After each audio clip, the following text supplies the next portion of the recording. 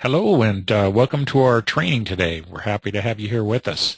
Before we actually get into the training, I just want to go over some quick things about the webinar software that we're using so that you can get the best use of that.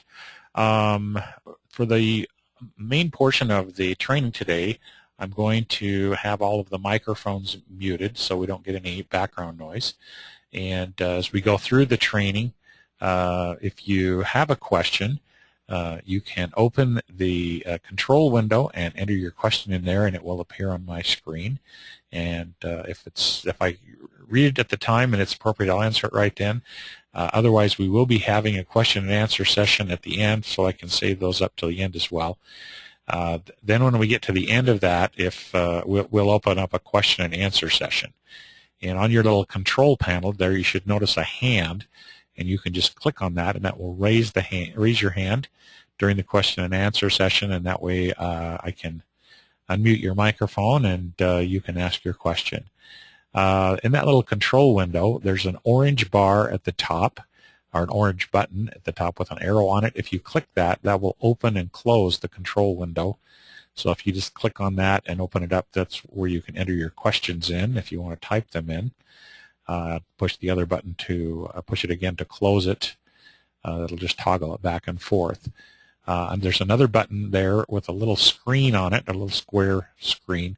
If you click on that, it will put your webinar in full screen mode. So we recommend clicking on that so that you get the best viewing experience. And then, like we said, the hand button you can raise during the question and answer session portion of the meeting. Excuse me. So we'll go ahead and get started with our training. I would like to first introduce myself. I'm Bruce Eckman, and I'm the founder of EasyNet Tools Incorporated. We've been providing web-based services since basically the inception of the Internet many years ago. We developed some of the first online tools, cloud-based tools, and so we've worked over the years with thousands of different businesses online, helping them with their online businesses. And so our objective with the Launch to Success training series is to take what we've learned from those thousands of customers over the years and condense that down into information that can help you. What we want to do is, my dad always says that I have a master's degree or a doctor's degree in hard knocks, and so we want you to avoid that if possible by allowing you to learn from the successes and failures of others on the Internet. And so I'm excited to share that information with you and to try to help you out in your Internet venture. Today's training is entitled Podcasting and RSS Marketing. And really, this is a really broad topic. And so today what we're going to be covering is just the basics of that, just kind of an introduction to it. And we'll give you some additional resources that you can go to learn more about it and to get into more detail about that as well.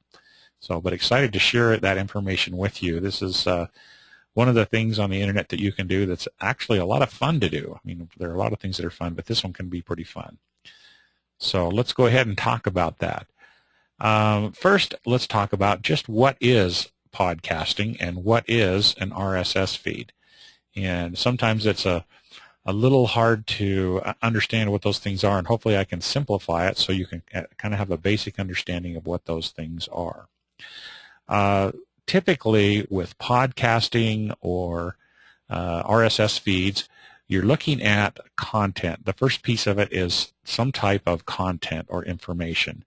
That can be text, it can be graphics, photographs or graphics, it can be audio, or it can be video. And so that's the primary part or the main ingredient for podcasting or an RSS feed is your content. Okay. Then what we have to do is we have to take that content and we put it somewhere on a hosting server so it's available to people on the Internet.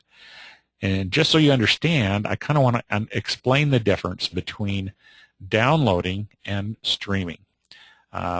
Typically with most podcasting and RSS feeds, we're doing a download versus what we normally do with our website is streaming. So let's talk a little bit about that.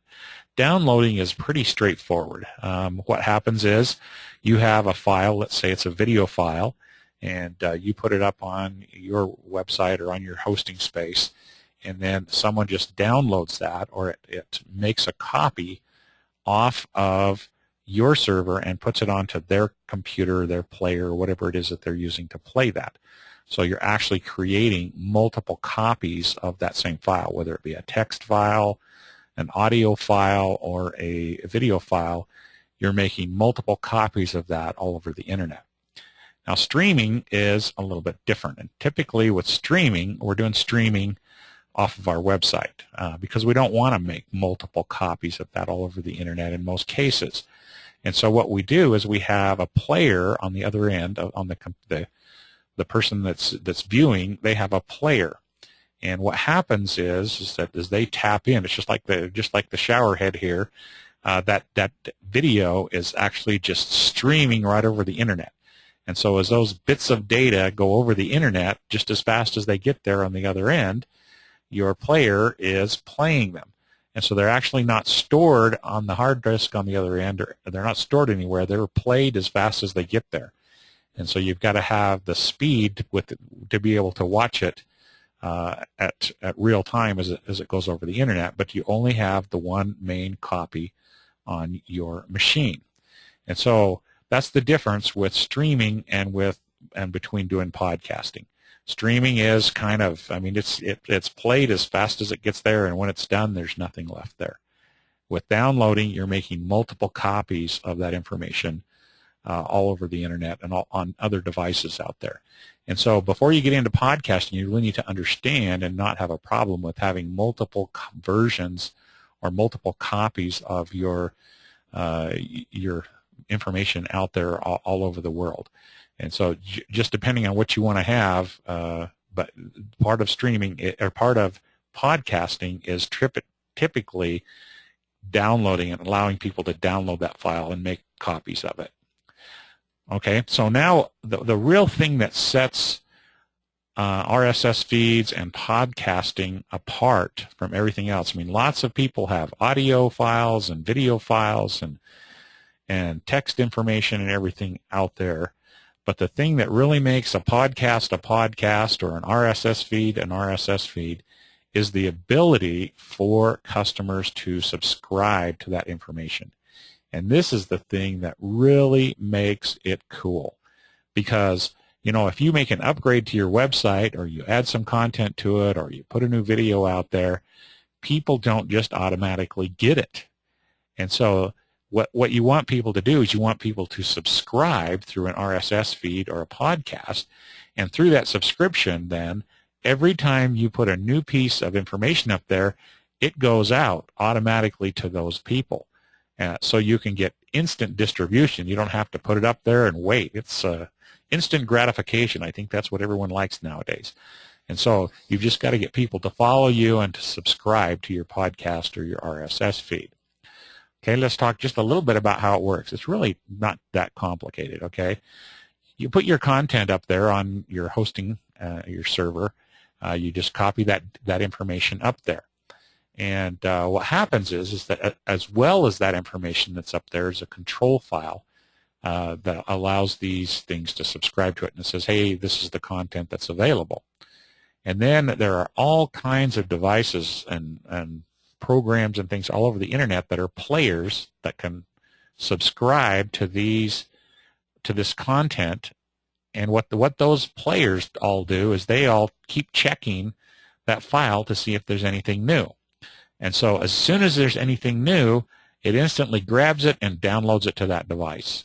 Now, people can have RSS readers or podcasting players, these programs, on their computers, their desktop computers, and there are a number of different podcast readers and podcast players and RSS feed readers available for people to install on their computers, and then they can sign up to those off of your website. Okay. There's the ever huge growing number of cellular phones and cellular devices out there that people you have a player on to subscribe to these things as well. There are some new devices coming out, which we'll talk about a little bit more at the end of the session, which are just dedicated players just for playing information off of the internet, which are really cool, and we'll talk about that. And then there's all the iPods and the MPEG-3 players out there. I think that's what really got this thing rolling, was the people with their players, their iPods, that would download the data to their machines to get music and podcasts and things like that, is what really got the whole thing rolling. But there are all kinds of different devices that have players that will download or stream, in some cases, the content that you've got up there. Okay. Now, let's talk about just a little bit of difference between an RSS feed and a podcast. Kind of out on the internet, this is the button or the icon that represents an RSS feed. And so, if you see that on the website, you know that by clicking on that, you're going to be able to sign up to their RSS feed.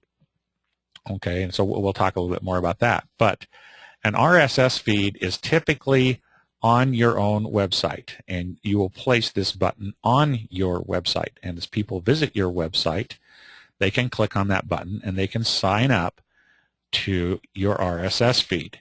And what that is it's just the data, and it will download to their machine. As new data is there, they subscribe, and anytime you put something new and you add something new to that RSS feed, their machine will check and automatically download it. So you can automatically distribute information very, very easily once you have it set up. Now, typically in the past, RSS feeds have usually been text-based information, like an article or something like that. If you think about news, that was where it really originated. You could sign up to a news RSS feed, and every time some new news came out, bam, it was instantly on your computer. You had the latest news. Or the weather reports. Anytime there was the latest weather, would be automatically sent to your computer instantly without you having to do anything. But you could sign up to these kind of feeds. But you could also do that with information off of your website.